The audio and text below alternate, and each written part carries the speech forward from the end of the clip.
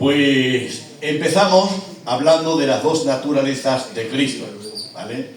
En primer lugar, decirles que existen, Cristo existe, o hay una existencia, o la existencia de Cristo es una existencia sin principio, ¿eh? Es muy importante que entendamos que Cristo no existe cuando nace. Hay una existencia sin principio. Cristo no tuvo principio, no empezó a existir a partir de alguna molécula, idea o razón. Cuando no existía nada, Él ya era. Amén. Él ya era. Que nadie se complique la vida con el nombre de hijo, padre, quieres primero, quieres segundo, que nadie se complique la vida, porque Cristo existe, ha existido, existirá por toda la eternidad. Cada vez que nosotros pensamos en Dios, pensamos en Cristo, porque si no está Cristo, no hay Dios. Cuando pensamos en Dios, tenemos que pensar en Cristo, porque si no hay Cristo, no hay Dios. Cada vez que la Biblia habla de Dios, en ese nombre Dios, está Cristo incluido. Amén. Cuando Dios Padre dijo, yo soy el que soy, ahí estaba Cristo incluido. Cada vez que Dios hablaba con el pueblo y mandaba a un profeta, ahí estaba Cristo incluido. Cuando pensamos en un triángulo, pensamos en una figura con tres vértices. Si anulamos alguna de estas tres vértices, deja de ser un triángulo. Si le quitamos alguna de estas esquinas, deja de ser un triángulo. Así pasa con Dios. Si nosotros pensamos en Dios, tenemos que pensar en Padre, Hijo y Espíritu Santo. Si le quitamos alguna, ya no es Dios. Ahí tenemos al Padre. Esto se ha movido porque antes no parecía nada ahí abajo. Se ha movido algo. Si pensamos en el Padre, en el Hijo y en el Espíritu Santo. Tenemos que decirle que el Espíritu Santo no es el Padre, ni el Padre es el Espíritu Santo. El Padre no es el Hijo, ni el Hijo tampoco es el Padre. Y el Hijo no es el Espíritu Santo, ni el Espíritu Santo es el Padre. Son personas diferentes. Cuando hablamos de Padre, Hijo y Espíritu Santo, hablamos de personas diferentes. Sin embargo, los tres son Dios. Porque Dios es la esencia. Cuando se habla de Dios, no se habla de la persona, sino de la esencia. La esencia, la cual pertenece a las tres personas. La esencia, que es Dios, pertenece al Padre, al Espíritu Santo, al Hijo, al Padre, a los tres. Los tres son consubstanciales. Tienen la misma sustancia. Cristo es un gran misterio. Todo lo que podemos decir de Él es lo que la misma Biblia intenta anunciar. A lo largo de la historia ha habido diferentes hombres con buenas intenciones de aclarar la doctrina, pero en su intento de explicarla han introducido grandes herejías. Podríamos empezar con Cristo, antes de nada, con su humanidad. La humanidad de Jesucristo está preanunciada. Cuando el hombre ha pecado, Dios interviene rápidamente en el asunto y anuncia a la serpiente su castigo. Pero en esta sentencia se revela la venida del Mesías. Y de la simiente de la mujer vendrá uno que le va a herir la cabeza. Al decir que la descendencia de la mujer le va a herir la cabeza, está anunciando dos cosas. Primero, que nacería, el que iba a nacer no tendría padre, porque está hablando de la descendencia de la mujer. La mujer nunca en la Biblia tiene descendencia. La descendencia siempre es del hombre. La mujer es la que engendra, es la que concibe, y el hombre es el que engendra. Por lo tanto, la descendencia es de aquel que engendra, le pertenece al que engendra y no a aquel que concibe, en este caso la mujer. Pero ya aquí se está diciendo de la descendencia de la mujer nacerá uno. Con eso está diciendo, está poniendo a la mujer, con eso está anulando que no va a tener padre. Solamente va a tener madre, pero no padre. Y en segundo lugar, está diciendo que sería humano, porque de una mujer solamente puede venir uno que es humano. De una mujer no puede venir un robot, tiene que venir un ser humano. Mateo da su genealogía como descendiente de la línea de Abraham y de David. Se comportó como un humano, tuvo familia humana, tuvo un nacimiento humano, un crecimiento humano, aprendió un oficio humano, se cansaba, necesitaba beber agua, alimentarse, descansar, tenía un alma, un espíritu, un cuerpo humano, y su cuerpo tenía huesos, no, se dice la Biblia que no le rompieron sus huesos, tenía carne, aquel verbo se hizo carne, o sea que era totalmente humano en su nacimiento. La Biblia resalta su humanidad. Pablo dice que según la carne vino de los patriarcas. Pablo dice que Cristo según la carne vino de los patriarcas. ¿Para qué? Para conectar a Cristo con las promesas hechas a Abraham. Por eso Pablo menciona que Cristo viene según los patriarcas, porque a los patriarcas se le anunció que de la descendencia de ellos vendría uno que la humanidad entera o el mundo o las naciones serían bendecidas. En ti serán benditas todas las naciones de la tierra. Primera de Timoteo nos dice, porque hay un solo Dios y un solo mediador, Jesucristo hombre. ¿Por qué era necesario que Cristo fuese hombre? Porque solo un verdadero hombre podía representar a todos los hombres. Por eso es que es necesario que sea hombre. En su naturaleza humana está compuesta por cuerpo, el cual necesita alimentarse, dormir, descansar, tiene sed, llora, se cansa, está limitado.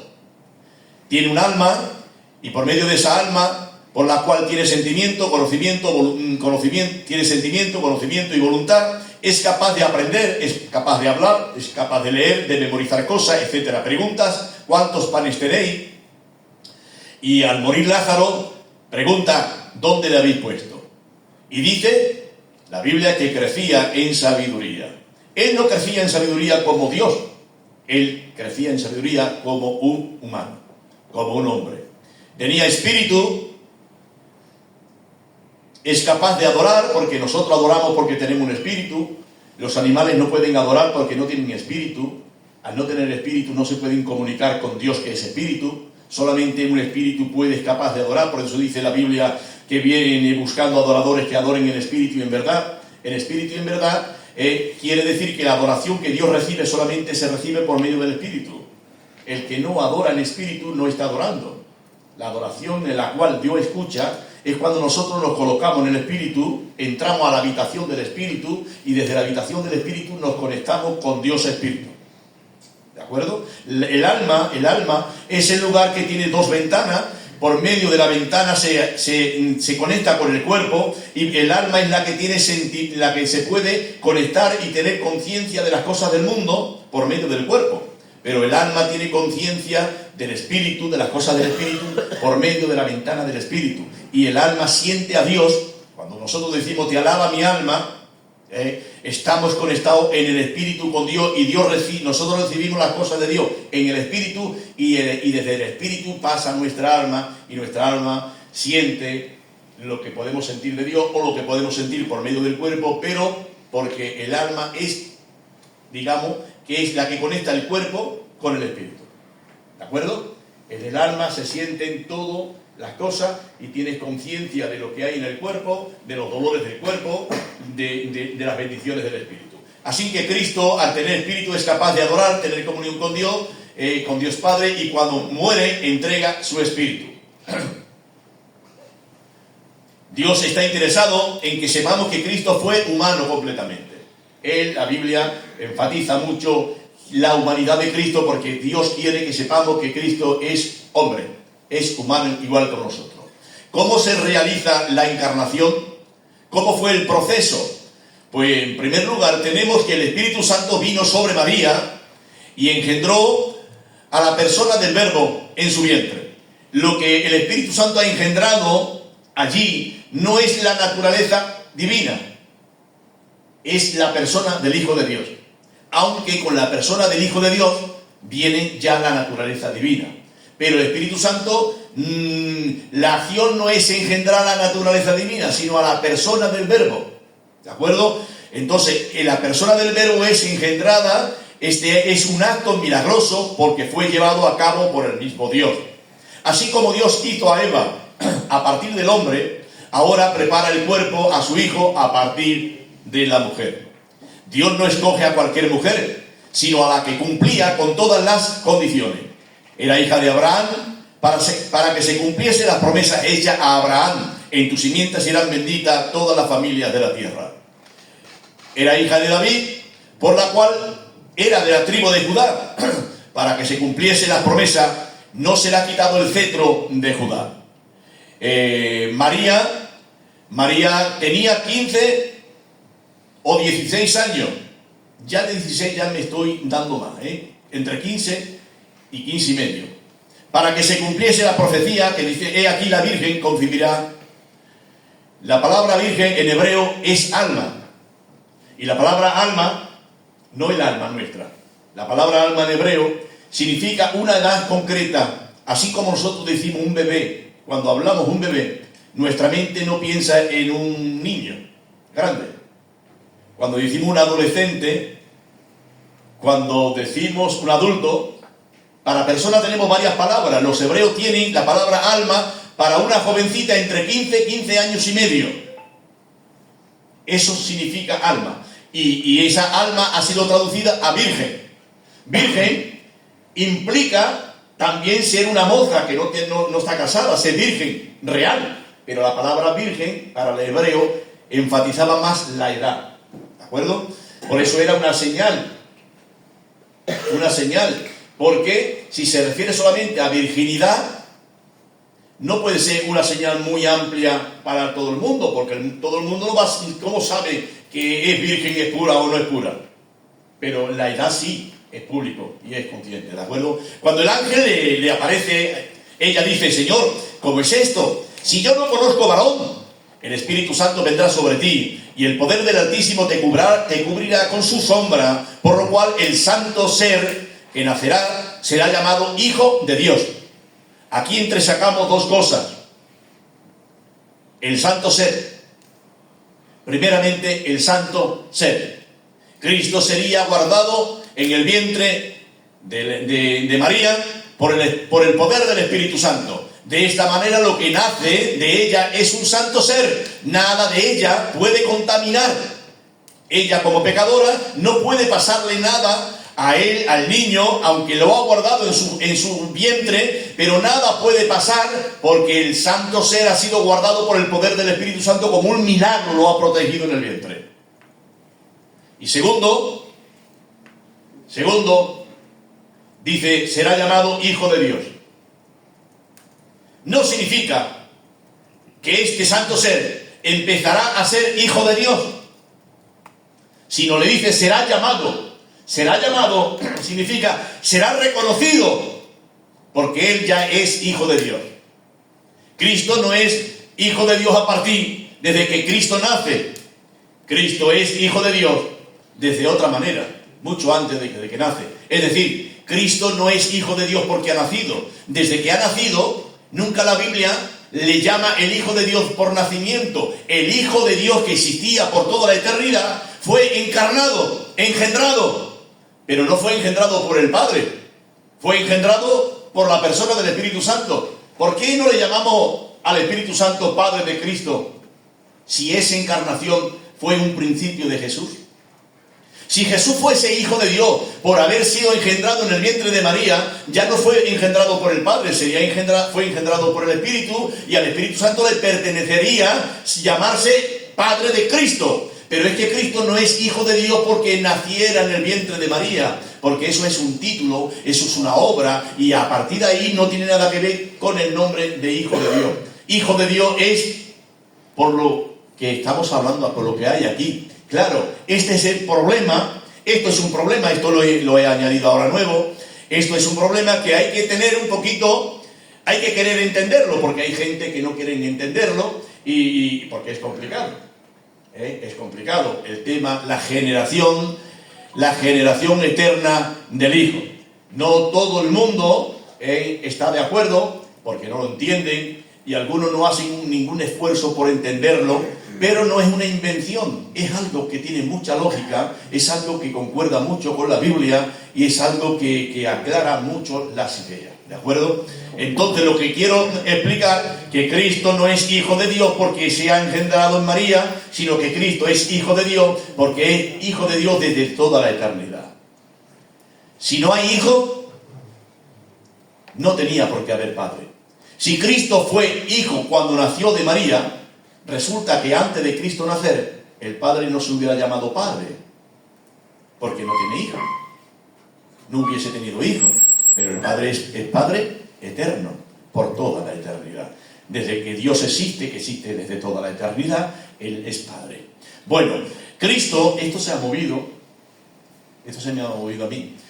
Cristo no es hijo por el hecho de, esto ya lo he dicho, ¿no? Salmo 2 dice, mi hijo eres tú, yo te he engendrado hoy. Tengo que decirle que en Dios no existe hoy. Para Él, para Dios, siempre es hoy. Cuando Dios creó el cielo y la tierra, empezó a crear el tiempo. Y dice, y fue la tarde y la mañana el día 1. Ahí empezó el tiempo. Empezó el tiempo. Pero es que donde Dios vive, por llamarlo de alguna forma, no hay tiempo.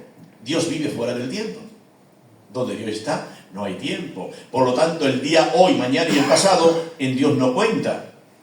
Cuando Dios dice, mi hijo eres tú, yo te he engendrado hoy, está hablando de hoy para que nosotros entendamos un hoy eterno de Dios. Porque en Dios siempre hoy es igual que mañana, igual que pasado, porque no hay hoy, ni ayer, ni mañana. En Dios siempre es un hoy continuo. Gloria a Dios.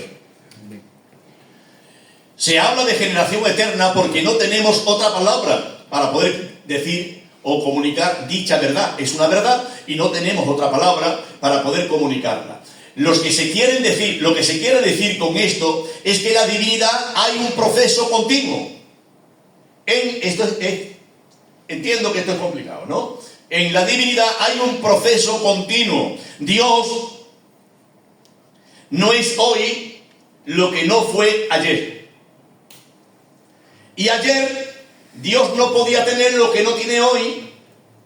O sea que en Dios tenemos que concebir a Dios siempre una realidad eterna, igual en el pasado, en el presente que en el futuro. En Dios no puede haber cambio. Dios no puede comenzar, en Dios, estoy hablando como esencia. En Dios no puede comenzar a ver algo esencialmente que se termina y ya está completo. Dios no tiene ningún proceso. En Dios, hablo de la esencia de Dios, en Dios no puede haber un padre engendrando a un hijo y ya ha terminado de engendrarlo y ya está. Entonces Dios tuviese un principio dentro de su esencia, empezar a engendrar y terminó de engendrar, ya terminó de engendrar y ya ha engendrado. Entonces ahora Dios ya no está engendrando, y si ya no está engendrando, hoy Dios no es lo que era antes, y antes no sería lo que es ahora. No sé si me estoy explicando. ¿Me estoy explicando? Vale. O sea que Dios siempre es lo mismo. Dios nunca, hablo de la esencia de Dios, no hablo de lo que Dios hace fuera de Dios, sino lo que hay dentro de la esencia de Dios. Estamos hablando del Hijo, la relación del Hijo con el Padre. Según la segunda persona del Hijo procede de la primera persona. Por esto la primera persona se llama Padre y la segunda se llama Hijo. Este proceso es un proceso eterno que no tiene fin. No es un acto que comenzó en algún momento y después terminó. En Dios no hay cambio. En Dios no hay cambio. En Dios hay dos procesiones inmanentes. Una es por vía de generación y la otra es por vía de expiración. Con esta imagen yo tenía en mente, cuando la coloqué, vale. La idea que en esta imagen estaba intentando es que esta visión, esto me parece a mí que es un ojo, ¿no? Sí. Vale. Esta visión, o lo que el ojo ve, no es, si no existe ojo no hay visión, ¿no? No, la visión no es antes del ojo, sino desde que el ojo es ojo, tiene la capacidad de ver. ¿Me explico? Estoy poniendo algún ejemplo. Que los ejemplos todos no valen, pero nos ayuda a entender algo, ¿no? No existe un ojo primero y después la capacidad de ver. Desde que el ojo es ojo, tiene capacidad para ver. Esto lo quiero para que entendamos desde que el Padre es Padre, dentro del Padre está el Hijo. Nunca el Padre es Padre antes que el Hijo, así como nunca la visión o nunca el ojo es antes que la visión. Van en conjunto, ¿de acuerdo? Eso es lo que trato de explicar con esto. En la teología, el término procesión tiene que ver con su origen, que un ser tiene de otro. El origen que un ser tiene de otro. La procesión abarca diversos modos. Por ejemplo, nosotros decimos que nuestros pensamientos provienen de nuestra mente o de nuestro intelecto. O decimos que nuestros actos externos provienen de nuestra libertad. Cuando hablamos de los pensamientos que provienen del intelecto, nos referimos a algo que proviene de nosotros, pero que pertenecen a nosotros. A esto le llamamos, o se llaman procesiones inmanentes, porque emanan de nosotros. Pero cuando hablamos de los actos de libertad, son actos que salen de nosotros, pero que ya no pertenecen o permanecen en nosotros. Se llaman procesiones transeúntes. Procesiones transeúntes es un acto que procede de ti, pero después que procede de ti, mis palabras, por ejemplo, decimos muchas veces, las palabras se las lleva el viento. Decimos algo así, ¿no? Sí. Cuando salen de tu boca. Porque cuando salen de tu boca, ya no tienen nada que ver contigo. Ya por mucho que te arrepientas de decir algo, ya no puedes retroceder la palabra que dijiste. Porque la echaste, la expulsaste de ti. La palabra, antes de ser palabra, estaba unida contigo por medio del pensamiento. La palabra no es otra cosa, sino que el mismo pensamiento procesado. Tú piensas la palabra y la retienes en tu mente. Es algo inmanente, es algo tuyo, es algo que lo tiene ahí. Pero cuando tú sueltas la palabra, esa idea la has concebido en la mente, la has engendrado, pero tú la das a luz cuando la hablas. Pero cuando tú hablas la palabra, ya no es inmanente contigo, ya es transeúnte, ya se fue, se marchó.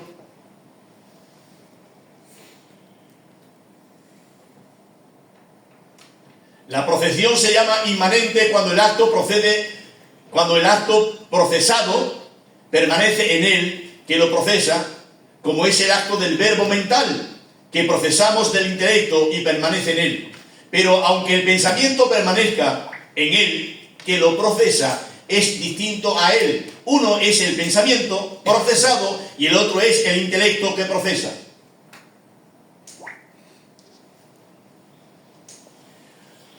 Uno es el intelecto que procesa una idea y otro es la idea que el intelecto ha procesado. Pero ambos eres tú, porque tú eres lo que piensas. Tú no eres uno diferente a lo que piensa. Tu pensamiento eres tú pensando, o tu mente o tu intelecto eres tú pensando, y tus pensamientos emanan de ti. Cuando decimos, no, fulano no lo conozco, mientras que alguien está callado, no lo conoce, porque no está hablando. Al no hablar, no se revela, no se da a conocer, no exterioriza su interior, su idea, su palabra, lo que es, sus emociones. Cuando habla, conocemos a la gente. Cuando la gente habla, sabemos cómo es por dentro. Porque habla de lo que él piensa.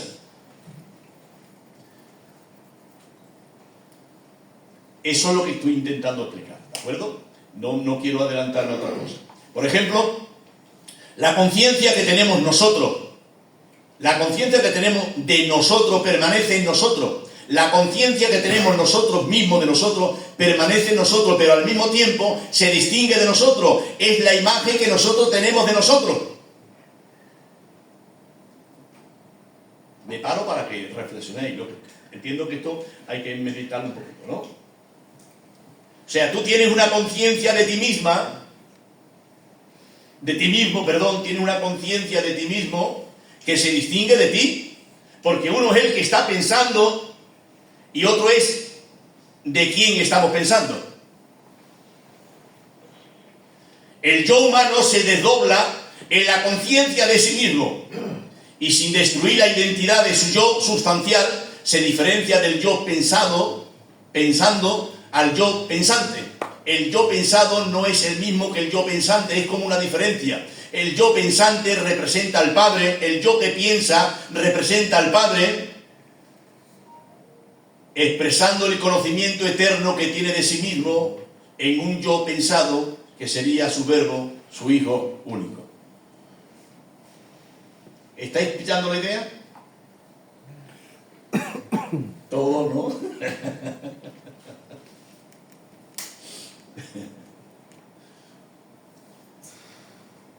Bueno, seguimos.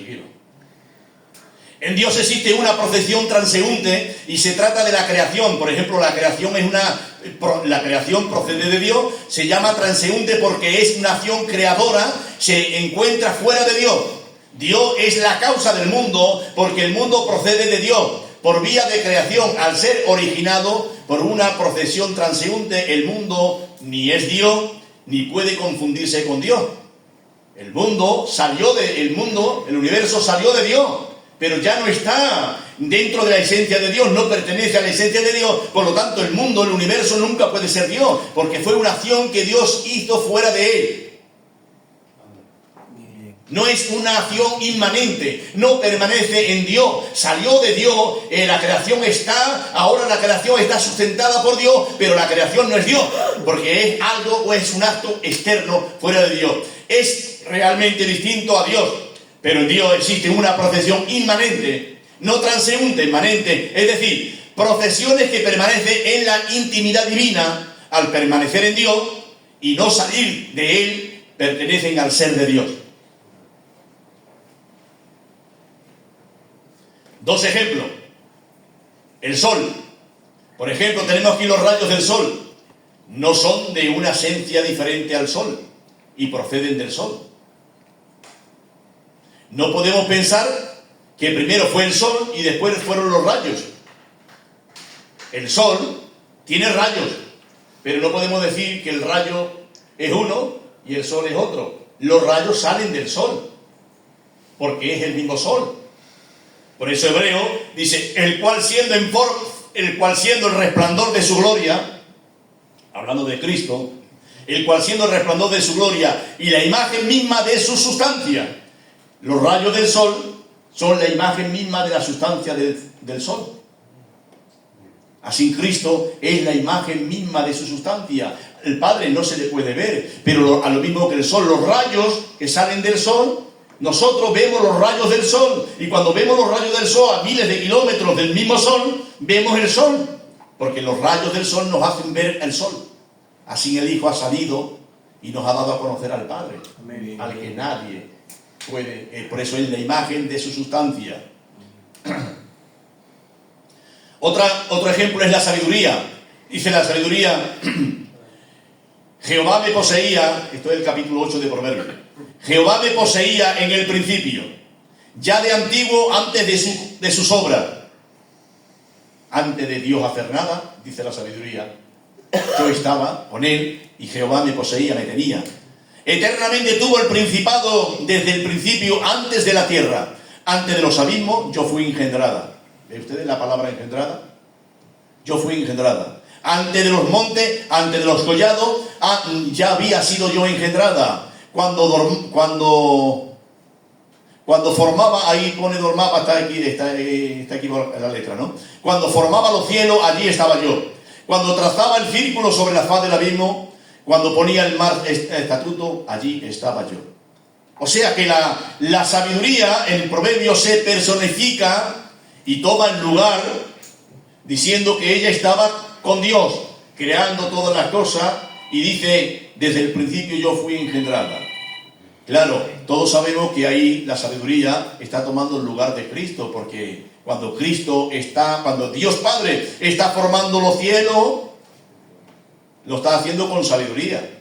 Pero la sabiduría no es el atributo de Dios, aunque Dios tiene un atributo de sabiduría, es la sabiduría del Hijo, es el Hijo personificado en sabiduría. Por eso dice, cuando formaba eternamente tuve el principado, desde todos los momentos, y el Hijo dándose a conocer como la sabiduría del Padre. Continuamos. Esto está explicando más o menos, es un poco sobre lo que es la generación eterna del Hijo, ¿vale? Que es un tema complicado, y ya os he dicho antes que no todo el mundo la concibe, la percibe, y claro, cuando no entendemos algo, nos cuesta mucho trabajo creerlo, porque no encaja bien. Por eso, si no encaja, no es más fácil. Cuando un bebé se forma en el vientre de su madre, la sangre del bebé no es la misma sangre de su madre, sino que el bebé tiene la capacidad de producir su propia sangre. Pero la genética de su cuerpo se forma a partir de la genética de la madre. Aunque Cristo no se forma de la sangre de la madre, así como tampoco lo hace ningún bebé, sí toma de la genética y naturaleza de su madre. Así que toda la parte humana de Cristo procede de la genética de su madre. Todo, ¿vale? Procede de ahí. La sangre, aunque el bebé, todos los bebés, tienen la capacidad de producir su propia sangre, pero lo hacen a partir de esa genética que la madre le ha transmitido. Era necesario que Cristo fuese humano, y para eso su madre debía de ser humana. Si Cristo no fuera verdaderamente humano, no podría ser un pariente redentor de la humanidad. Por eso es que Dios coge a un ser humano para sacar a otro ser humano, porque necesita sacar a uno que sea redentor para la humanidad. Pero Satanás no estaba interesado que los hombres conocieran la identidad de Cristo, y empezaron a salir herejes que enseñaron que Cristo no era humano. De ahí empezaron a salir, uno de ellos eran los docetas. Estos aparecieron sobre el año 70 al 170 después de Cristo y negaban la realidad del cuerpo de Cristo.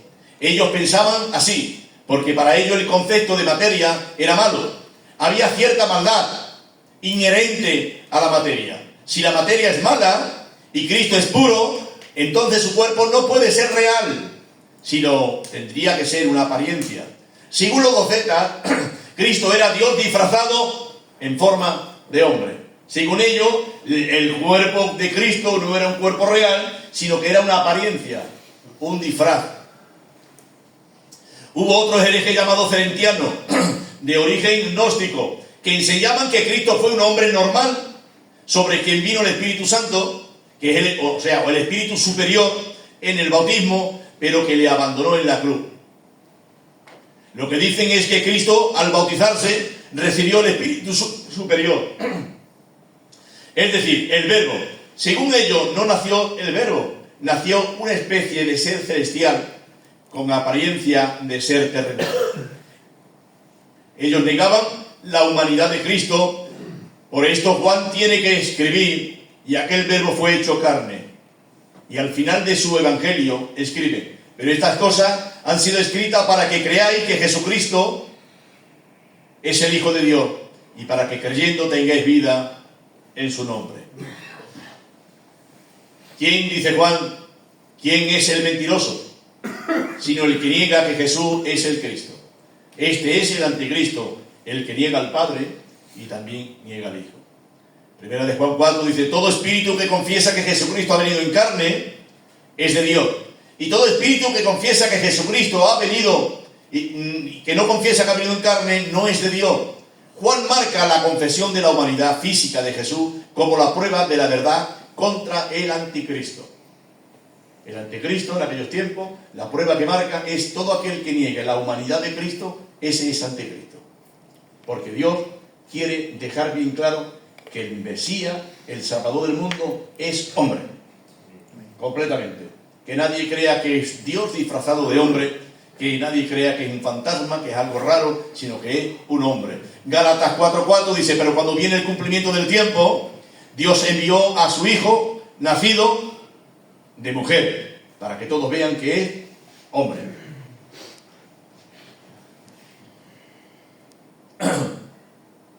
Romanos 9:5: de quiénes son los patriarcas y de los cuales según la carne vino Cristo, el cual es Dios.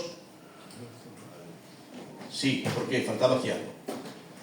Hemos hablado de que Dios quiere que sepamos que Él es humano, pero también quiere que sepamos que Él es divino.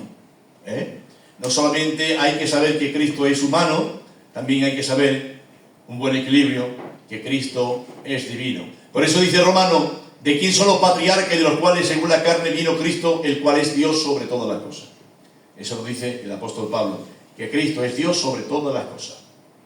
Tito 2:13: aguardando la esperanza bienaventurada y la manifestación gloriosa de nuestro gran Dios y Salvador, Jesucristo. Hay muchos textos Hay muchos textos que hablan directamente de que Cristo es Dios. Amén. Y para que conozcamos que Él es divino, se presenta con los mismos atributos de Dios. Por lo tanto, si en los atributos de Dios es omnipotente, dice, toda potestad me es dada en el cielo y en la tierra. No hay lugar que Él no tenga todo el poder.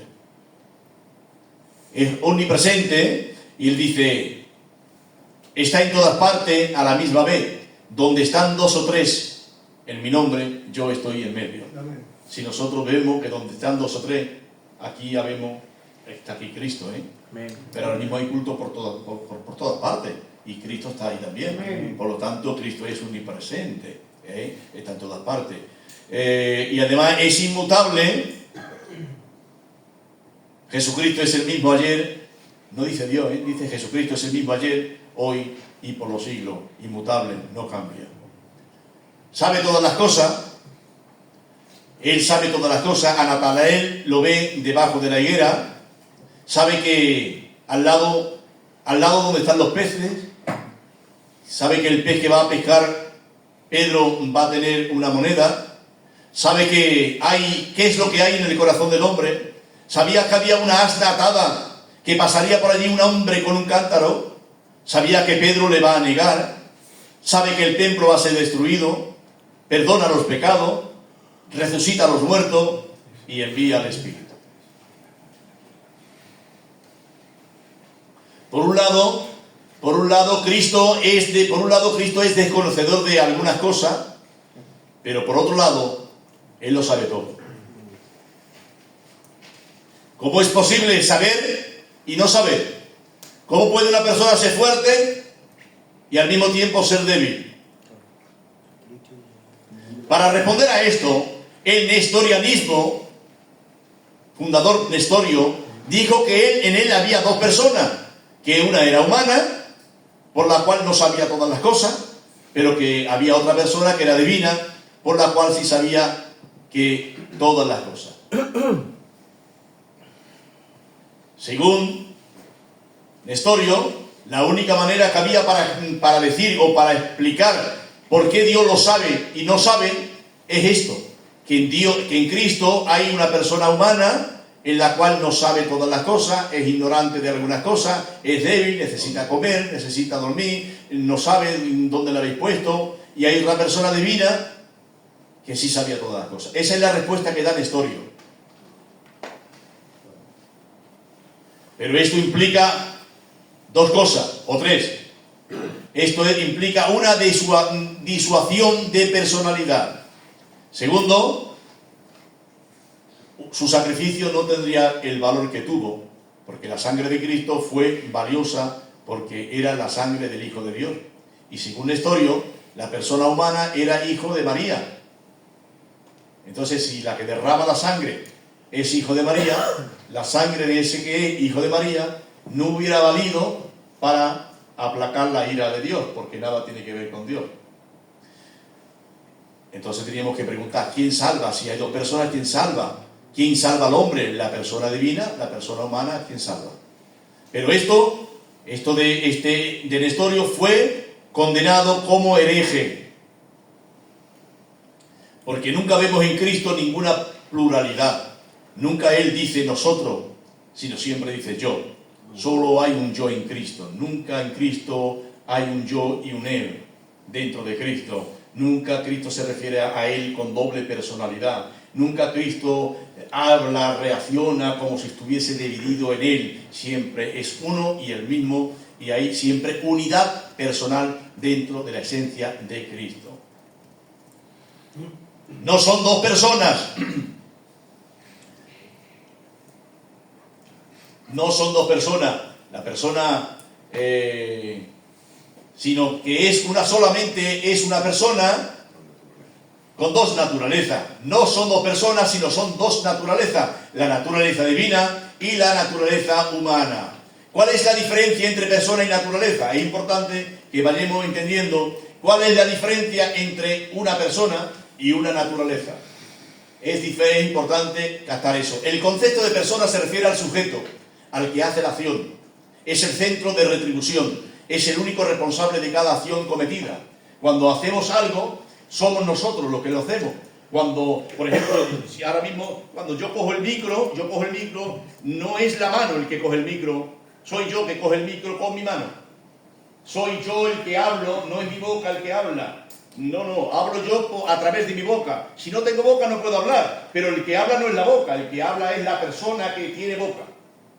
Por lo tanto, la responsabilidad de lo que hacemos, de lo que pensamos, de lo que actuamos, de dónde vamos, de dónde no vamos, es la persona. Dentro de cada ser humano compone una persona.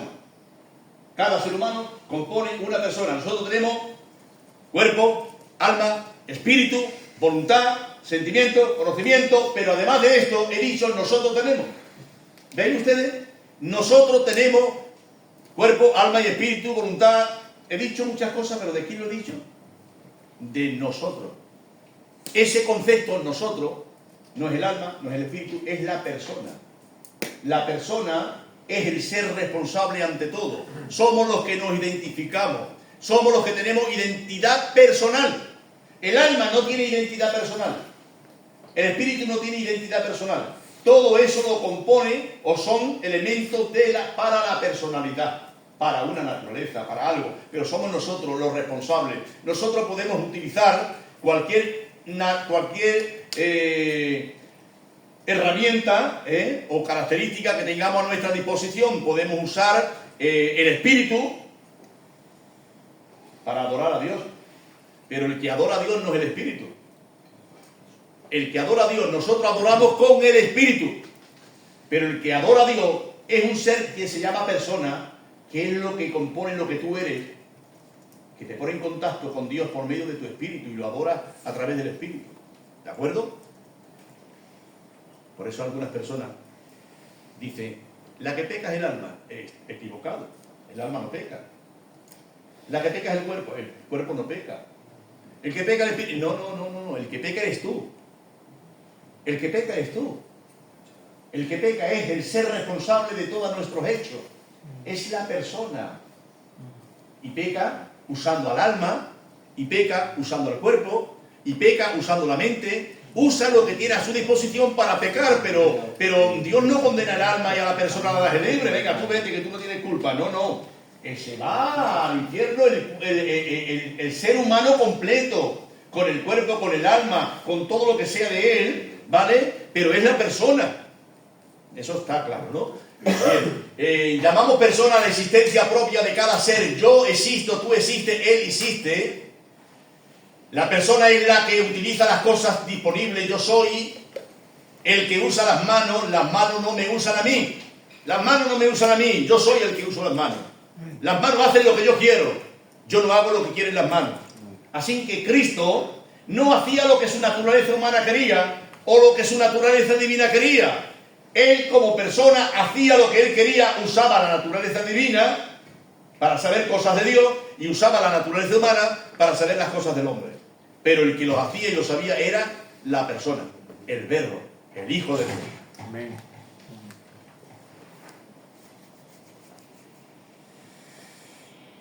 Por ejemplo, aquí tenemos una persona, esa barra roja la estamos representando como una persona y lo otro con una naturaleza. No podemos confundir persona con naturaleza. Por ejemplo, un árbol tiene naturaleza vegetal, pero no tiene persona. Un animal un perro, por ejemplo, tiene naturaleza animal, pero no tiene persona. Una piedra tiene naturaleza mineral, pero no tiene personalidad. Todo esto son naturaleza, pero sin personalidad.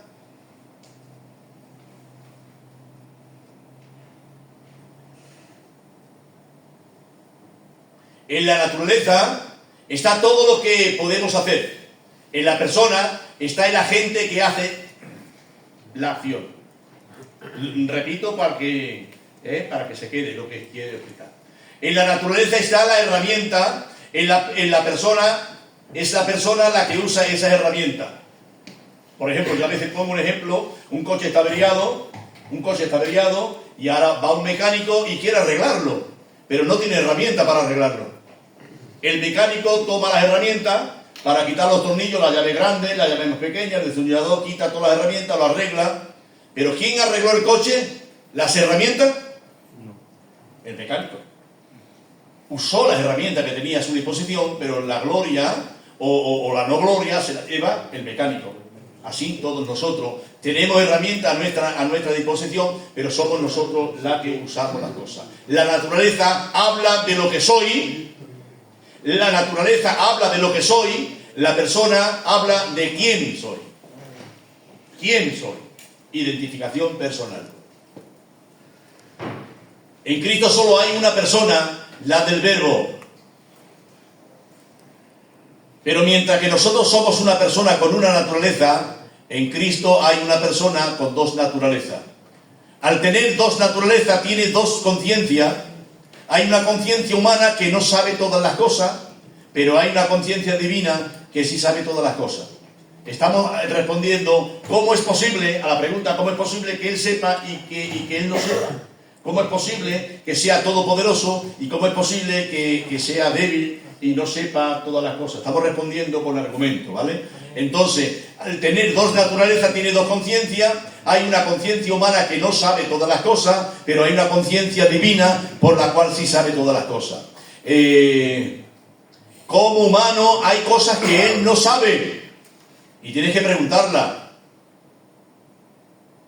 Y como divino sabe todo, pero no es la naturaleza la que lo sabe, es la persona. Es la persona la que haciendo uso de las naturalezas es consciente de lo que hay allí. Las naturalezas no pueden interpretar su propio conocimiento. Vamos a ver. Aquí, en la parte humana, hay una conciencia de lo que hay en la humanidad. Y aquí en la parte divina hay una conciencia de lo que hay en la parte divina. Pero esta parte, esto aunque tenga una conciencia, la conciencia no sabe interpretar qué es lo que hay en la parte divina, y la conciencia humana no sabe interpretar qué es lo que hay en la conciencia, en la naturaleza humana. Esto solamente lo interpreta la persona. La persona es la que tiene capacidad para interpretar, para tomar la información de un sitio o de otro e interpretar y saber. Esta conciencia, esta parte sola, por sí sola, ni esta tampoco, saben nada. Aunque ahí esté el conocimiento, pero en la parte humana no está la capacidad de usar el conocimiento.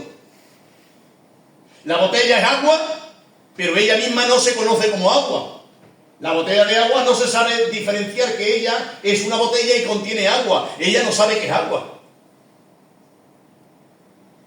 Así la naturaleza, aunque tiene la capacidad del conocimiento, pero ella misma no sabe que ella tiene el conocimiento y ella misma necesita la persona del Hijo de Dios para saber qué es el conocimiento que hay en un sitio y cuál es el conocimiento que hay en otro. ¿De acuerdo? Creo que se entiende, ¿no?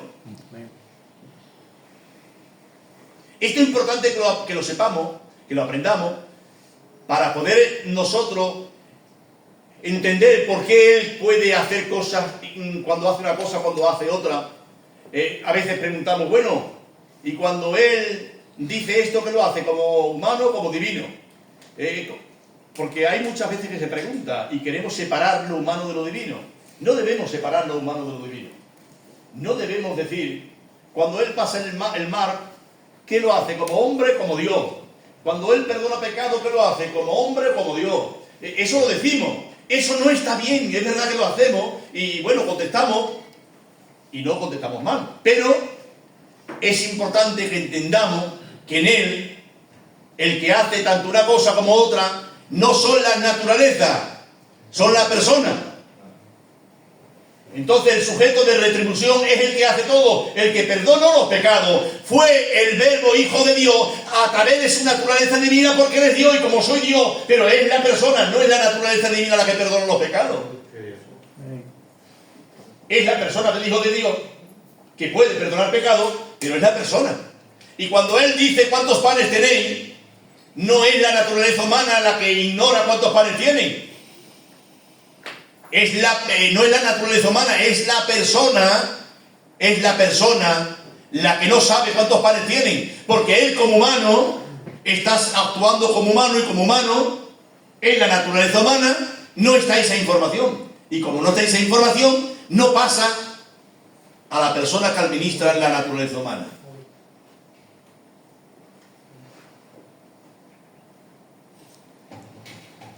A esta unión se le llama unión hipostática. ¿Por qué se le llama unión hipostática? Porque está hecha en la misma hipostasis. La hipostasis es persona. Cuando nosotros llamamos persona, el concepto, la idea de persona, lo que nosotros llamamos persona, los griegos llamaban hipostasis. Ellos no llamaban persona, llamaban hipostasis a lo que nosotros llamamos persona. Por lo tanto, la unión hipostática está hecha en la persona, hipostasis en griego, por eso se llama hipostasis. La unión hipostática. ¿Qué se entiende por unión hipostática? La unión hipostática significa nada más y nada menos que la unión en la persona, hipostasis en griego, que significa persona tanto de la naturaleza divina como de la naturaleza humana. Están unidas en el núcleo de la persona de Cristo. Es decir, que su persona es el punto de unión de ambas naturalezas. Un ejemplo nos puede servir como ilustración. Cada hombre tiene un cuerpo y un espíritu y un alma. El alma es el yo personal. Más o menos antes dije algo, ¿no? Adelanté algo, ¿vale? Pero es... explico algo más.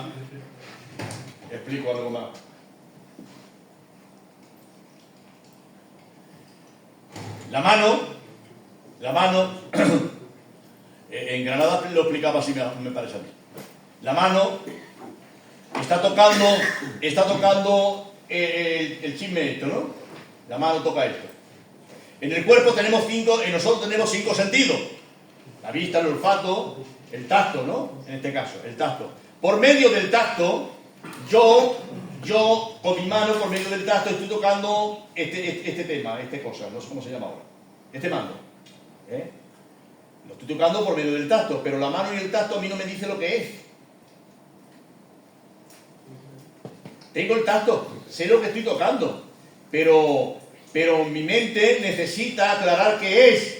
Hay alguien que tiene que interpretar los sentidos de la mano.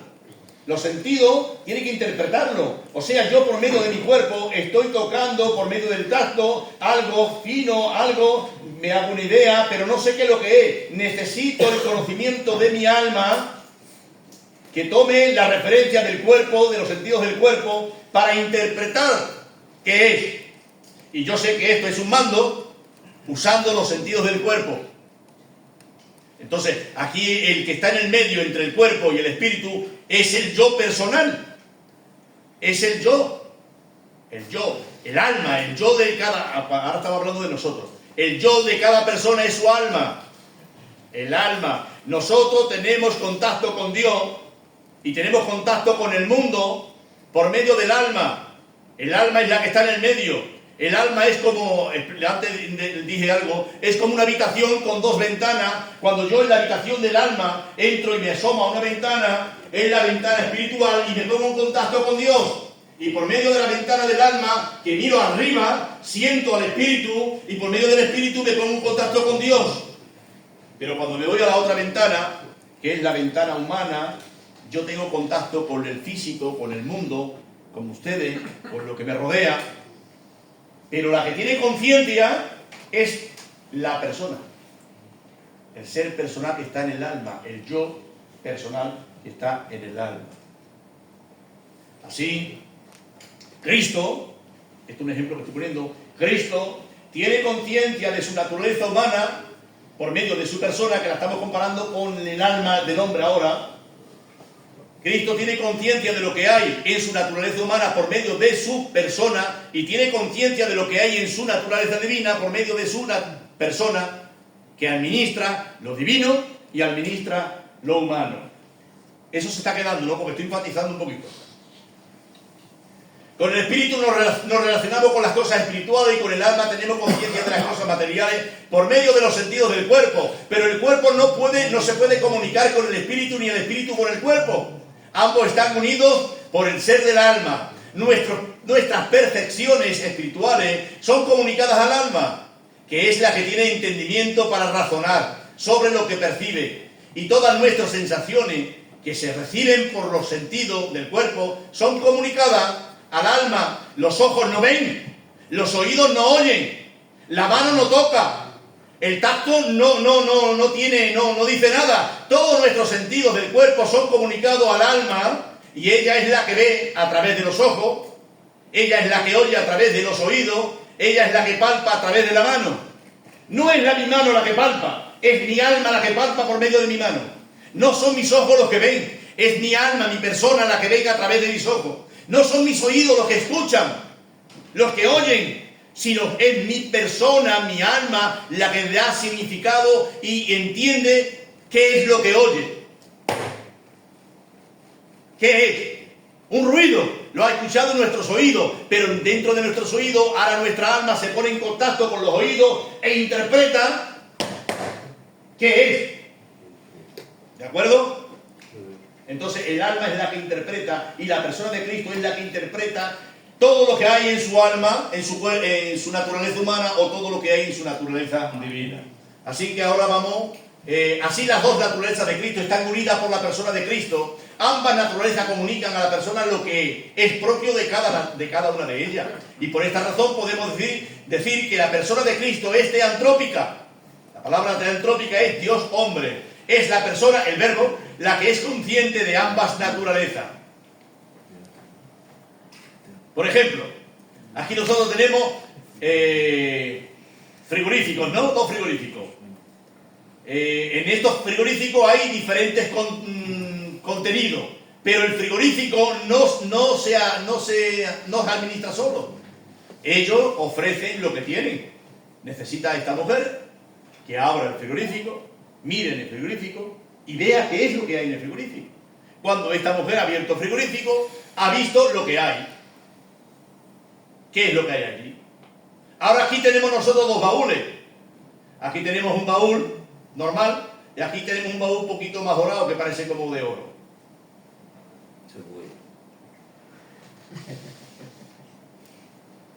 Cuando nosotros abrimos el baúl humano, que es este, ¿qué es lo que hay dentro del baúl humano?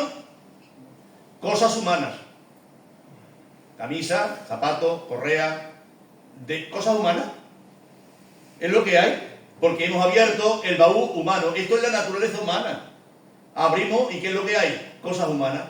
Cuando abrimos el baúl de oro, el baúl divino, ¿qué es lo que aparece? Cosas divinas. Gloria, resplandor.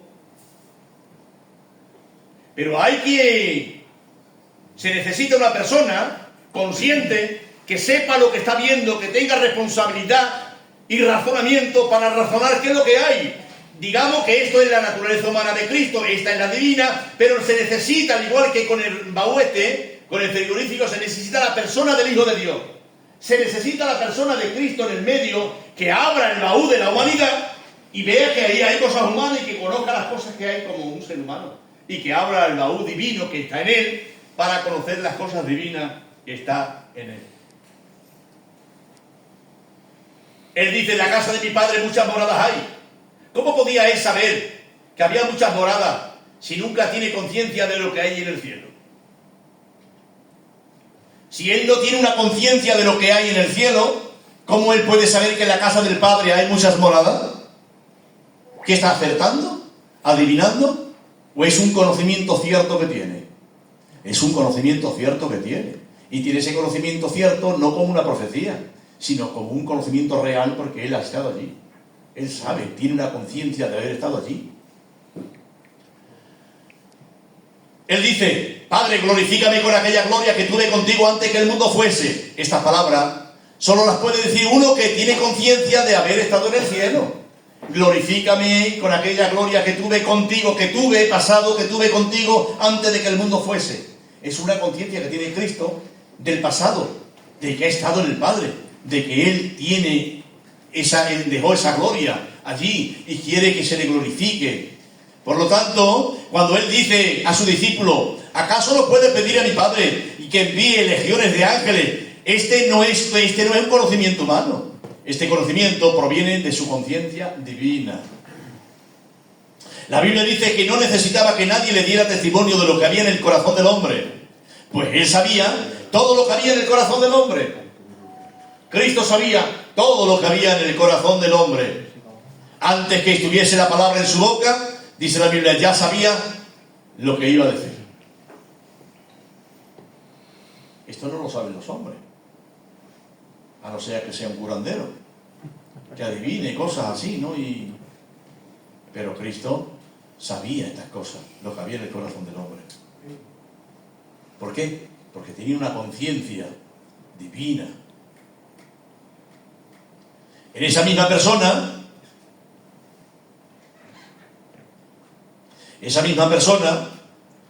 que sabía que había tenido gloria con el Padre, es la misma persona que dijo, tengo sed, quedaos conmigo y llorad conmigo un poquito.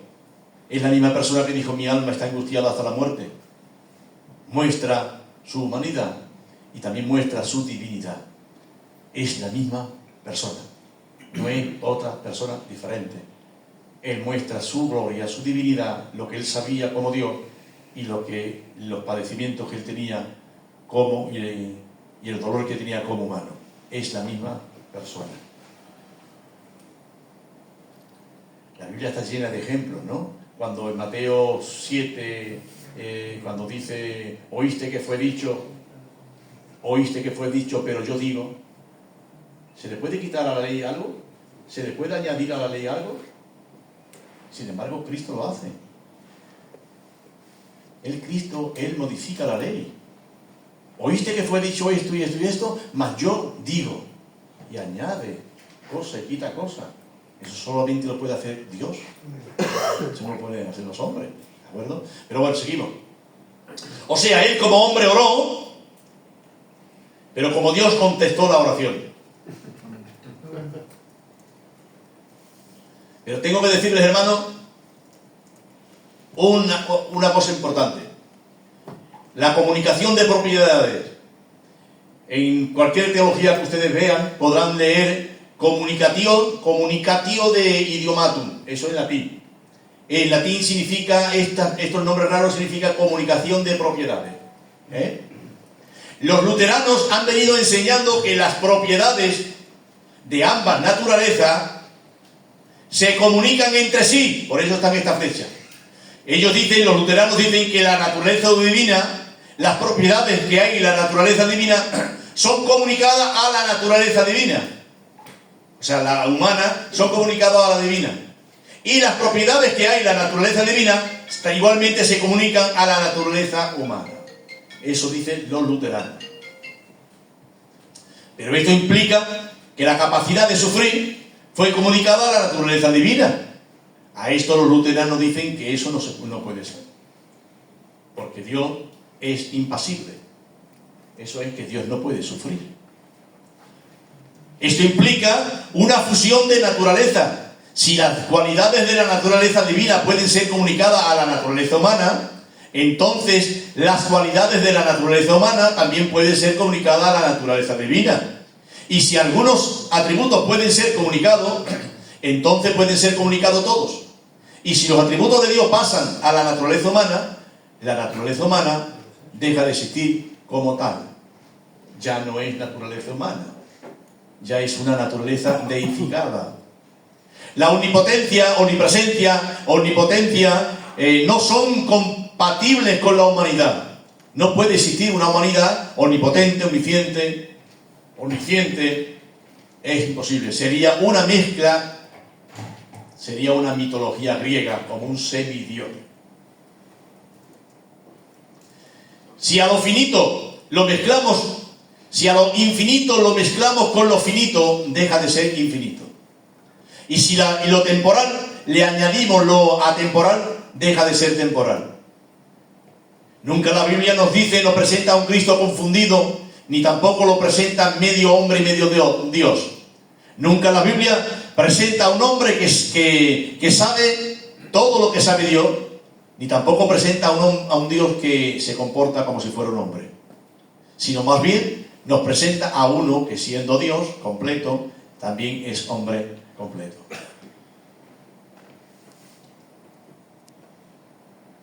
Ya sabemos que en Cristo solo hay una persona, y también sabemos que hay dos naturalezas. Ahora es muy importante que entendamos que cada naturaleza permaneció pura en su esencia. No hubo ninguna alteración ni confusión. La humanidad permaneció siendo humana y la divinidad permaneció siendo divina. No hubo mezcla. No se mezclaron, como aquí estamos mezclando dos líquidos. Eutico, un otro hereje, decía que al unirse las dos naturalezas surgió una tercera. Y esta tercera no era hombre ni era Dios. Ni Eutico ni Nestorio entendieron lo que es el misterio de la unión hipostática. No entendieron eso. Y escribieron lo que ellos entendían, pero trajeron malas consecuencias. No podemos nosotros entender la unión hipostática como que Dios se ha mezclado, la humanidad se ha mezclado con la divinidad. No, la divinidad y la humanidad no se han mezclado. Cada una ha permanecido íntegra, totalmente, unida a la persona, pero no unida entre sí y mezcladas entre sí. Era necesario que lo divino se uniera con lo humano, pero también era necesario que ambos permanecieran intactos, que no perdieran su identidad. Era necesario que el pariente redentor de la humanidad fuese hombre, para pagar las deudas de los hombres, pero que fuese Dios para estar a la altura del que había recibido la ofensa. De otra manera, no podía ser un verdadero representante del hombre, pero tampoco podría ser un verdadero representante de Dios. Si hay una mezcla de las dos naturalezas, sería imposible unir lo infinito con lo finito, porque lo infinito sobrepasa lo finito y lo finito perdería su identidad. Por esto dice Filipenses capítulo 2, verso 5: por el cual, siendo en forma de Dios, no estimó igual ser igual a Dios como cosa que aferrarse, sino que se despojó de a sí mismo, tomando forma de siervo, hecho semejante a los hombres. Y estando en la condición de hombre, se humilló a sí mismo, haciéndose obediente hasta la muerte y muerte de cruz. La palabra se despojó significa que Cristo renunció a los privilegios del reconocimiento divino. Para poder ser un verdadero hombre, nunca significa que pierde sus atributos, ni que pierde nada de su esencia.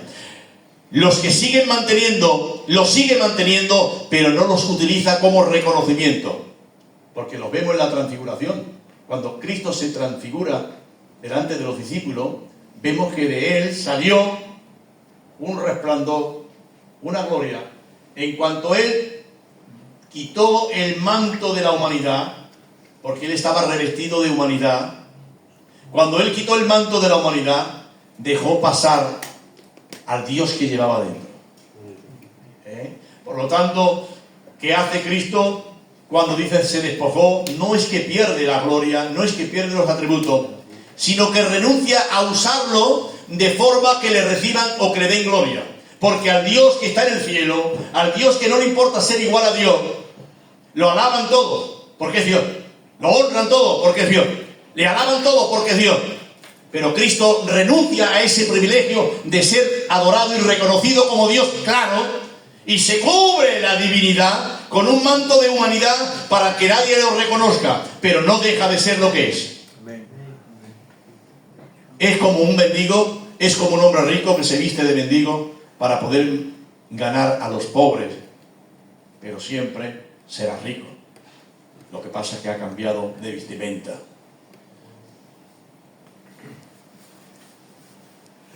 Por otro lado, él tiene que seguir siendo verdadero hombre para hacer suya la culpa del pecado y cargar con la pena. Él es el sustituto. Para ser sustituto del hombre debe de ser hombre. Porque cuando él está muriendo en la cruz, junto a él también mueren los culpables. Si él no es verdadero hombre, no puede ser pariente redentor. Solo uno que es hombre puede pagar las culpas del hombre. Por eso dice la Biblia que fue semejante en todos sus hermanos. Y tiene que ser Dios para que la ofensa que está representando por el pecado esté a la altura del que ha hecho la ofensa. O del que mejor dicho, del que ha recibido la ofensa. Esto es Dios. La ofensa hecha a Dios solo puede quitarla uno que sea Dios. Si no es Dios, no tiene poder para quitar la culpa que se le ha hecho, el daño que se le ha hecho a Dios. De alguna manera, Él es Dios y se ha presentado allí delante del Padre pidiéndole, o sea, Él como hijo, vamos a imaginar, Él como hijo ha ido al cielo y ha dicho, Padre, los hombres te han ofendido, tú, tu ira, tu santidad está reclamando justicia, pero yo también soy Dios como tú. Aunque ellos no pueden pedirte que tú los perdones, pero yo vengo en nombre de ellos, como soy Dios como tú, he pagado con mi sangre y los puedes perdonar, porque el que te pide perdón por ello no es un hombre, es Dios. O sea, un hombre anciano es maltratado por un niño. Un niño tira piedra a un anciano, le dice cosas, se mete con él. ¿Ustedes creen que por muchas veces que el niño le pida perdón al anciano, el anciano lo va a perdonar? ¿Ustedes creen que merece la dignidad ultrajada del anciano simplemente que el niño vaya y le pida perdón? Necesita que el padre del niño vaya donde está el anciano y uno que está a la altura del anciano le diga, perdone usted al niño, que yo como hombre más adulto vengo a pedirle perdón por el niño que es un niño. Entonces el anciano se sentirá complacido, porque no es el niño el que está pidiendo perdón, sino que es el padre del niño, uno con más altura.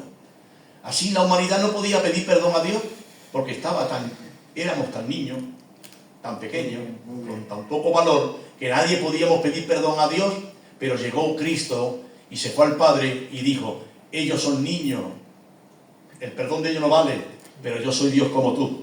No los perdones por cara de ellos, perdónalo por cara mía, porque yo soy como tú. Y Dios ha tenido que perdonar.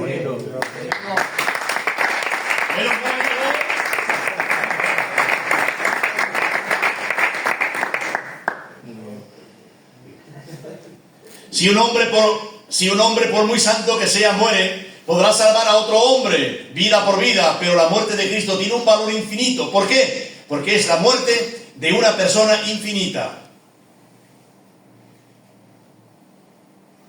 Lo que acabo de decir es muy importante. Lo que acabo de decir es importante. Lo que pasa es que tiene sus complicaciones, ¿vale? Porque tenemos mucho en la mente, que el que está muriendo es un hombre.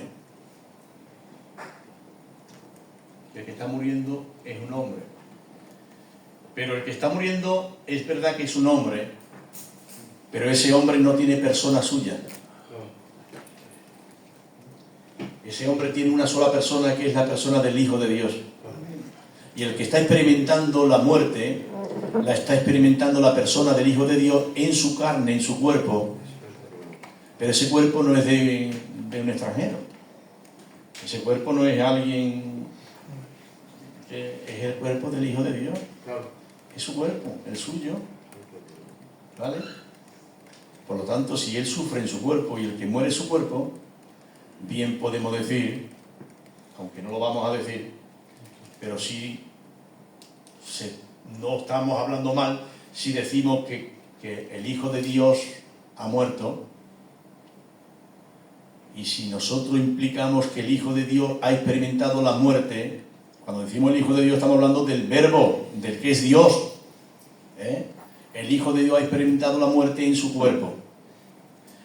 No podemos decir, o no deberíamos decir, que el que muere es un hombre humano normal, que es verdad, que tenemos que tener mucho cuidado para no confundir, ¿vale? Quiero que no se entienda mal. Lo que estoy intentando es traer luz a la hora de, aunque no lo digamos, pero que tengamos la mente clara, ¿vale? Que el que está muriendo no es un hombre. El que está muriendo es un hombre único, solo, pero como hombre, como persona es el Hijo de Dios. Y no está muriendo en su naturaleza humana, divina, sino está muriendo en su naturaleza humana, pero es la suya, es suya. Lo mismo que tú tienes cuerpo y tienes una naturaleza, y el dolor que tú sientes, lo sientes tú, lo que le hicieron a Cristo en su cuerpo, lo sentía Él. Así que experimentó la muerte. No, Él no estaba allí, y el que estaba muriendo el cuerpo, y Él no, Él estaba sintiendo los dolores y el sufrimiento a Él, ¿vale? ¿Dónde está la solución de tantas herejías? En la unión hipostática. La unión hipostática esta unión es responsable de todos los problemas. De todos los problemas de los herejes, que venía hablando de que el cuerpo humano no era humano, de todas estas cosas que hemos venido hablando, ¿vale? Esta unión resuelve el problema de la separación entre Dios y los hombres.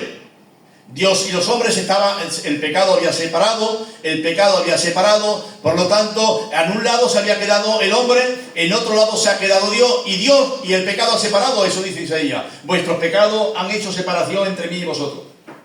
Hay división.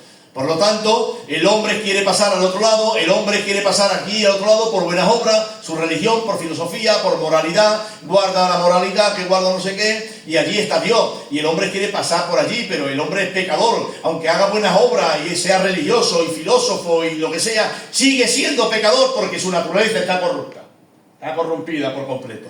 Por lo tanto, está el hombre en pecado, está en muerte, separación, porque eso es la muerte. La muerte es separación. Cuando dice Pablo, estabais muertos en vuestro delito y pecado, estábamos vivos, pero muertos para Dios, porque estábamos separados de Dios. ¿De acuerdo? Eso es muerte. Por lo tanto, necesitábamos que Cristo fuera el puente, por eso dice Hebreo, el pontífice. Hebreo habla de Cristo como el pontífice, el puente, pontífice, puente, que haga unir al hombre con la vida eterna, con Dios.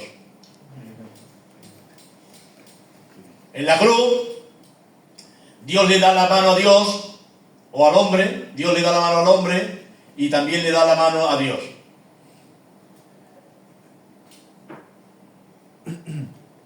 Nadie puede dar la mano al hombre si no es un hombre, ni nadie le puede dar la mano a Dios si no es Dios.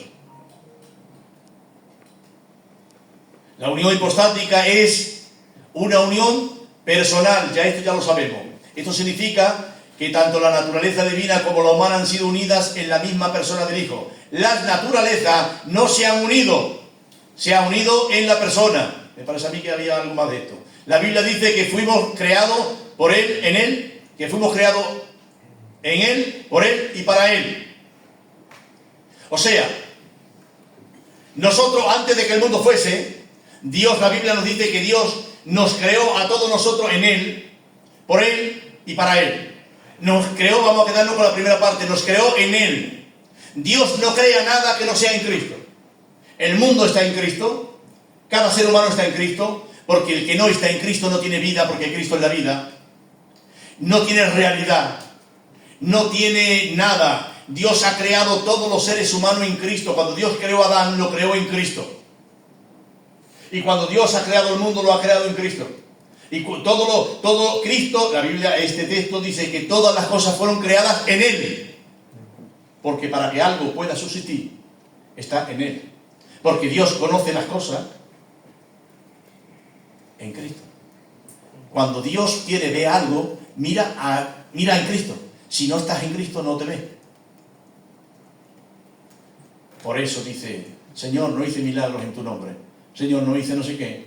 Dice, nunca te conocí. Porque verdaderamente nunca estuviste en Cristo. El que no está en Cristo no es visible para Dios. Porque Dios es la luz a través de la cual Dios ve las cosas. Entonces, todos fuimos creados en Él. Pero el pecado vino y nos arrancó a todos nosotros creados en Él. El pecado vino y nos arrancó ¿de qué? ¿De quién? De Cristo, del lugar donde Dios nos había colocado. El pecado nos ha arrancado de Cristo y Cristo se ha quedado, digamos, vacío, sin nosotros, porque el pecado nos arrancó. Por lo tanto, pasando el tiempo, Cristo veía que había algo que faltaba, que pertenecía a Él, que éramos nosotros los seres humanos y no estábamos en Él. No solamente los seres humanos, sino también la creación. Porque la Biblia dice que la creación gime con dolores de parto para ser libertada a la libertad de los hijos de Dios. O sea que el pecado no solamente ha afectado al ser humano, ha afectado a todo lo creado. ¿Y qué dice la Biblia? Que Cristo vino a buscar y a salvar lo que se había perdido. O sea, no mandó a un ángel, no mandó a un mensajero, Él mismo vino a buscar lo que se había escapado de Él. Satanás y el pecado nos arrancó a toda la creación de Él, y Él ha salido a buscarnos para poder encontrarnos y podernos rescatar. Ese es el mérito de la salvación, que el mismo Creador ha salido a buscar a su propia creación. Y ese es el valor. Por eso hay tanta ira de Dios en Apocalipsis, hay tanta ira de Dios, y derrama Dios tanta ira sobre aquellos que no quisieron que Dios reinara sobre ellos, y sobre aquellos que no recibieron a Cristo y no lo recibieron como su Salvador. O sea que Dios ha dado todo lo posible, ha hecho todo lo posible, ha dado a su Hijo en donde Dios nos ha creado y lo ha entregado a la cruz. Es un sacrificio tan grande, tan grande, tan grande, tan valioso para Dios. Y ahora que el hombre insignificante lo desprecie, eso es acumular mucha ira. Por eso ustedes notan el capítulo 16 de Apocalipsis, que dice que a los ángeles que salen del altar del templo, y salieron 6 ángeles, Apocalipsis capítulo 16, salen 6 ángeles del templo, y salieron con tazones del templo, con tazones llenos de ira. Y cuando el Apocalipsis dice que coge y derrama sobre los hombres de la tierra la ira de Dios. ¿Qué es lo que llevaba el sumo sacerdote para poder entrar al lugar santísimo? Entraba con un tazón lleno de sangre. Y toda la ira que Dios iba a derramar sobre los pecadores caía sobre los tazones de sangre, representando la sangre de su Hijo. La sangre del Hijo se llevaba toda la ira de Dios sobre esa sangre, y los hombres no eran castigados. Pero ahora Cristo ha venido a salvar, los hombres rechazan a Cristo, y en los últimos tiempos de todo, sobre los hombres que no han recibido la sangre de Cristo, manda a los ángeles que salgan del altar y derramen esta sangre llena de ira, de toda la ira acumulada, toda la ira que en la historia Dios echó sobre la sangre del Hijo. Ahora los hombres que están en la tierra, que no quieren que Cristo reine sobre ellos. O sea, que dice Dios, te pongo a uno para que te salve, y tú no te quieres salvar de la ira de Dios. Pues si no te quieres salvar, la ira va a caer sobre ti. Y Dios le devuelve toda la ira a toda la humanidad que no quiere o no han querido que Jesucristo los salve. Gloria al nombre del Señor. Yo ya me perdí. Esto significa tanto que la naturaleza divina como la humana han sido unidas en la misma persona del Hijo. La Biblia, eso, aquí estamos hablando, no más o menos, por aquí. Yo ya me he ido para otro sitio y ya no sé. El lugar donde fuimos creados en Cristo, en la persona de Cristo. Él nos crea, eso lo he dicho ya.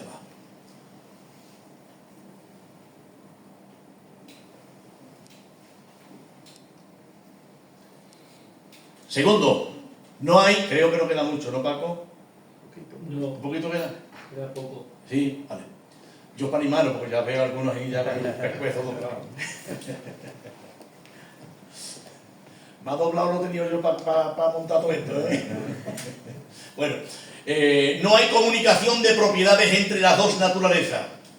No hay comunicación. Cada naturaleza está unida a la otra en la misma persona. Las naturalezas se comunican con la persona. Las naturalezas no se comunican entre ellas, sino que le comunican a la persona. La humanidad no se le comunica a la divinidad, y la divinidad no le comunica a la humanidad. Las propiedades de la naturaleza no pueden ser comunicadas a la otra naturaleza, porque si la divinidad se comunica con la humanidad deja de ser verdaderamente humana, sería una humanidad divinizada, y si la humanidad se comunica con la divinidad, su divinidad conocería la divinidad y sería una divinidad humanizada.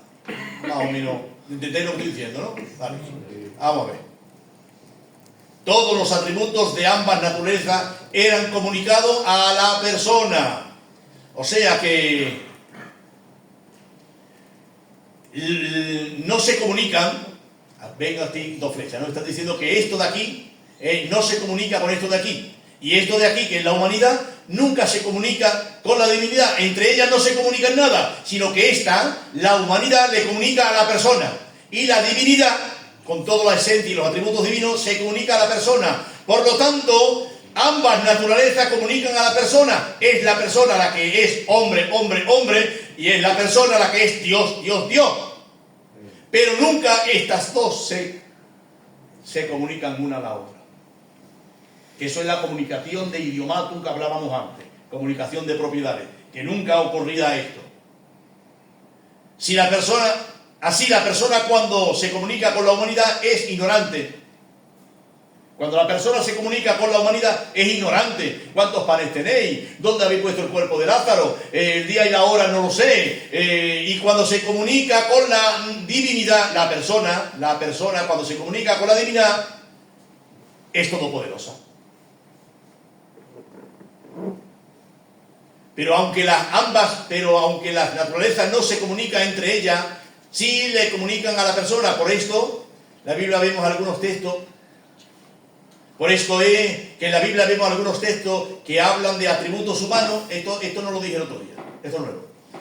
Por eso hay en la Biblia algunos textos que hablan de atributos humanos que se le atribuyen a la persona designada por un título divino. Por ejemplo, en Hechos capítulo 20-28 dice en esta traducción, la nueva traducción viviente: cuiden del pueblo de Dios y alimenten y pastoreen el rebaño de Dios, su iglesia, comprada con su propia sangre. Eso dice esta traducción, ¿vale? La sangre pertenece a la humanidad, sin embargo es atribuida al mismo Dios. Está aquí hablando que el mismo Dios ganó al pueblo del cual nosotros tenemos que cuidar, y lo ganó por medio de su sangre. Está atribuyendo la sangre que pertenece a la naturaleza humana y se lo está atribuyendo a un título divino, a Dios. ¿Me estoy explicando? Bueno, sigo adelante, a ver si. Por ejemplo, en Romano 8:32 dice Pablo: Dios no escatimó a su propio Hijo, sino que lo entregó por todos nosotros. Su propio Hijo se refiere al Verbo, porque hemos dicho antes que Hijo es el Verbo, y Dios no lo escatimó, lo entregó por todos nosotros. Su propio Hijo se refiere al Verbo preencarnado. Este fue entregado en su humanidad, pero el texto no tiene en cuenta esta verdad, porque fue la persona del Hijo de Dios el que fue entregado que muriera. O sea, que está hablando de un atributo divino, pero lo está explicando como que este Hijo de Dios fue entregado. El que fue entregado fue su naturaleza. El que murió por nosotros fue en su naturaleza. Pero Pablo está hablando de que el Hijo de Dios, y como Hijo de Dios, es un título divino, porque como Hijo no es humano, es divino. Lo que quiero explicar es que hay cambios de título que a veces se refiere en la Biblia. Para hablar algo humano, se está refiriendo a un título de Cristo como divino, como que es una sola persona y le pertenece a él tanto las cosas humanas como las cosas divinas. Primera de Corintios dice: ellos crucificaron al Señor de gloria. Eso dice la Biblia.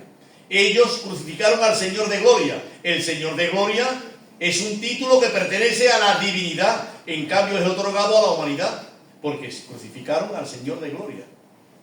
Si examinan ese texto, el Señor de gloria, tal y conforme lo entenderíamos nosotros, no puede ser crucificado, porque el Señor de gloria está hablando de Dios. Sin embargo, ese título divino está achacado de alguna forma al que crucifican al Hijo de María. Vamos más rápido. La unión hipostática es indisoluble, no se puede deshacer jamás, nunca. ¿De acuerdo? Seguimos. La unión hipostática será el testimonio eterno en el cielo del sacrificio y el precio que ha costado la salvación del hombre. La unión hipostática empezó en la misma unión donde empezó, cuando ocurrió el mismo momento en el cual el Logo el divino tomó la naturaleza humana en el vientre de María. Allí empezó la unión hipostática. Vale. Vamos a ver. Al haber dos naturalezas completas, hay dos cosas que son dobles. Por ejemplo, la conciencia. Esto ya lo he explicado antes, pero cada naturaleza tiene su propia conciencia, su propio conocimiento. Aquí tenemos representando dos naturalezas. La naturaleza humana, está el conocimiento de todo lo que... Eso lo expliqué antes sin esto, ¿no? Y en la naturaleza humana está el conocimiento. Pero, aunque el conocimiento de la naturaleza humana está aquí, y el conocimiento de la naturaleza divina está aquí, es la persona que estoy representando con esto, es la persona la que sabe lo que hay aquí y es lo que sabe lo que hay aquí, que eso ya lo expliqué antes, ¿vale? Me adelanté un poco y lo explico. Es la persona la que conoce y tiene el conocimiento. Es por esto que del mismo Cristo predicamos que es débil, ignorante, se cansa y es totalmente humano. Pero también decimos que Él es poderoso, omnisciente, creador, etc. Estas dos cosas se dicen de la misma persona, no de la naturaleza, no de aquí y de aquí, sino de la persona. Por lo tanto, otra de las cosas que hay es que hay dos voluntades, la voluntad humana y la voluntad divina. En Cristo hay dos voluntades. Yo el otro día explicaba y vuelvo a aplicarlo aquí también. No todo el mundo ha estado de acuerdo que en Cristo hay dos voluntades. ¿Por qué? Porque no lo dice la Biblia. Y si la Biblia no lo dice, pues no lo han creído. Pero tengo que decirle que tampoco dice que hay una. La Biblia tampoco dice que hay una voluntad. Entonces, sí, porque no lo dice la Biblia, no creemos que hay dos, tampoco podemos creer que hay una porque tampoco lo dice en ningún momento, ¿vale? Nosotros respetamos a los hermanos que creen que hay una, lo respetamos, pero tenemos que enseñar lo que Filadelfia cree, ¿de acuerdo? Filadelfia cree que hay dos y porque lo dice la Biblia, no Filadelfia. Es lo que la Biblia encaja más con lo que nosotros conocemos, lo explicamos. Como resultado de la unión hipostática tenemos que en Cristo hay una persona, el Verbo, con dos naturalezas, la divina y divina y humana, dos naturalezas reales, completamente verdaderas, porque aunque Cristo no fue un hombre más como somos nosotros, porque Él fue el único irrepetible, fue el verdadero hombre, diferente en cuanto a su personalidad, era divina, pero semejante a sus hermanos en todo menos en el pecado. Antes de continuar más adelante, debemos establecer a qué parte del ser pertenece la voluntad. Porque estamos hablando de la voluntad. ¿A qué parte del ser pertenece a la voluntad? Si queremos un ejemplo, vamos a mirarlo en la Trinidad. Por ejemplo, para nosotros saber a qué parte de un ser pertenece lo que es la voluntad, nosotros nos vamos a la Trinidad. En la Trinidad, ¿cuántas personas hay? 3. ¿Cuántas naturalezas hay? ¿Cuántas voluntades hay? Una. En la Trinidad no hay 3 voluntades. Hay solamente una voluntad. Dios no está dividido con 3 voluntades. La voluntad del Padre es la misma voluntad para el Hijo y es la misma voluntad para el Espíritu Santo. Esto significa que si hay 3 personas y una sola naturaleza y solamente hay una voluntad, esto significa que la voluntad pertenece a la naturaleza, que hay una sola. No pertenecen a la persona. Las personas las administran, las aplican, pero la voluntad es una facultad de la naturaleza espiritual divina. Vale. Si ahora nos vamos, esto es un ejemplo para entender, si nosotros ahora nos vamos a Cristo, en Cristo hay una persona y 2 voluntades, y dos naturalezas. Hemos concluido por la Trinidad que la voluntad pertenece a la naturaleza. Si en Cristo hay 2 naturalezas, pues tiene que haber, lógicamente, 2 voluntades. Si no, no serían naturalezas completas, porque una naturaleza es un completo de atributos que hacen ser lo que es. Una naranja tiene esa naturaleza porque tiene un conjunto de atributos que hacen a la naranja ser lo que es. Si le faltara algo, ya no sería naranja, sería otra cosa. Entonces, cada naturaleza tiene sus propias propiedades que hacen ser naturaleza en concreto, ¿de acuerdo? Por lo tanto,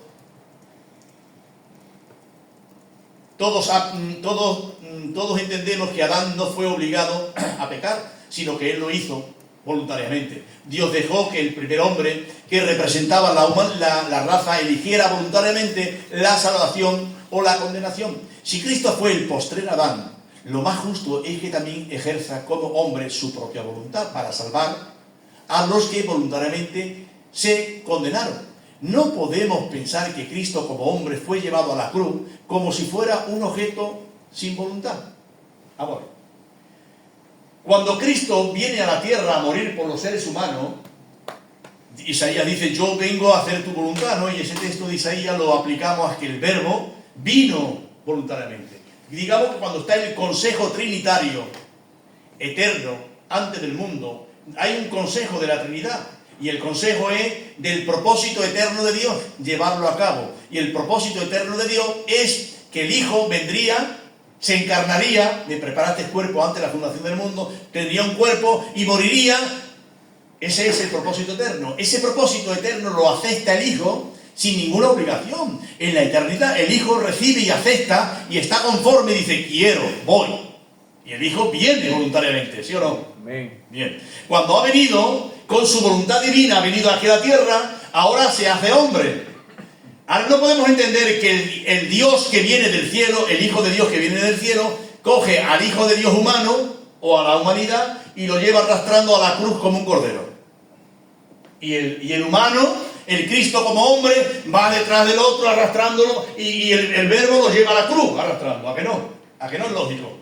Si Él como Dios decidió venir aquí a morir y puso su voluntad como Dios, es normal que Él ahora como hombre también ponga su voluntad ahí a la cruz, porque el que muere va a morir Él como hombre también.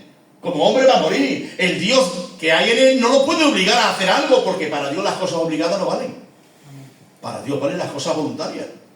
Por lo tanto, se necesita que Él como hombre ponga su voluntad. Podría decir Cristo, Señor, yo como Dios puse mi voluntad junto con la tuya para venir a morir, y ahora como hombre la sigo poniendo mi voluntad humana para seguir los pasos y el propósito que tú has mandado. Por eso es que la Biblia dice, porque yo no he bajado del cielo para hacer mi voluntad, sino la voluntad de mi Padre que me envió. ¿Ven ustedes que hay una diferencia entre mi voluntad, hacer mi propia voluntad y la voluntad de mi Padre? Si Cristo como Dios tiene la misma voluntad del Padre, que hemos dicho que en la Trinidad solamente hay una voluntad, Cristo como Dios tiene la misma voluntad del Padre. Por lo tanto, Él dice, no he venido a hacer mi voluntad, sino la de mi... que eso quiere decir que una es la voluntad del Padre, y la de suya propia como Dios, y otra es a la cual Él llama mi voluntad. Es diferente. Entonces, sino para hacer mi voluntad, ¿a qué voluntad se está refiriendo Cristo cuando dice que no ha venido para hacer mi voluntad? Si en Cristo solamente hay una sola voluntad, debería de ser la misma voluntad del Padre, puesto que en el ser de Dios solo hay una sola voluntad. En cambio, en Cristo dice que en Él hay una voluntad, mi voluntad, que no es la misma voluntad del Padre. En Juan, que esto es lo que explicaba antes, en Juan 5 dice, yo no puedo hacer nada por mí mismo, por mi propia cuenta. Juzgo según juzga el Padre que me ordenó. Mi juicio es justo, porque no trato de hacer mi voluntad, sino la voluntad de mi Padre que me ha enviado. Aquí Cristo explica que Él no trata de hacer su propia voluntad, sino la voluntad de su Padre. Leer este texto e ignorar que Cristo dice que en Él hay una voluntad que trata de no hacerla, no sería justo con las Escrituras.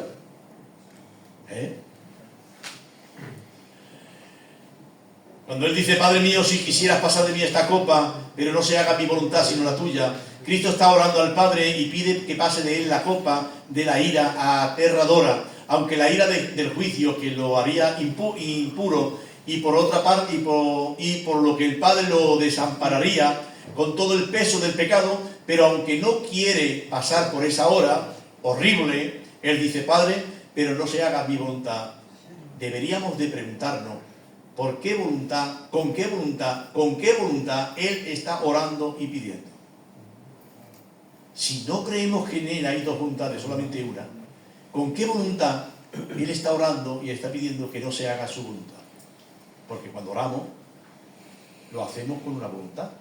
Si tú no dispones tu voluntad para orar o para pedir algo, entonces Él con qué voluntad está orando y está pidiendo. Lo hacemos impulsado por lo que queremos y queremos por la voluntad. Si Cristo quiere que el Padre pase de Él la copa, de Él, ¿con qué voluntad pide esta oración? ¿Vale? Bueno. Tenemos aquí la razón teológica. Yo creo que este es el último ya. Sí. Vale. La razón teológica. Para que Cristo fuese aceptado como un verdadero mediador entre Dios y los hombres, debía de ser verdadero Dios y verdadero hombre. Pablo resalta que Cristo fue mediador porque fue hombre. Así como decimos que Cristo es Dios, porque poseía todos los atributos de Dios, también debemos de decir que fue hombre porque poseía todos los atributos naturales de hombre. Y si la naturaleza humana carecería o carecía de voluntad, no podría haber sido un verdadero naturaleza humana, porque no sería completa. Algunos hermanos creen, bueno, esto ya lo hemos dicho antes. ¿Te parece que esto ya era, no? Nada. Se acabó. Muy bien.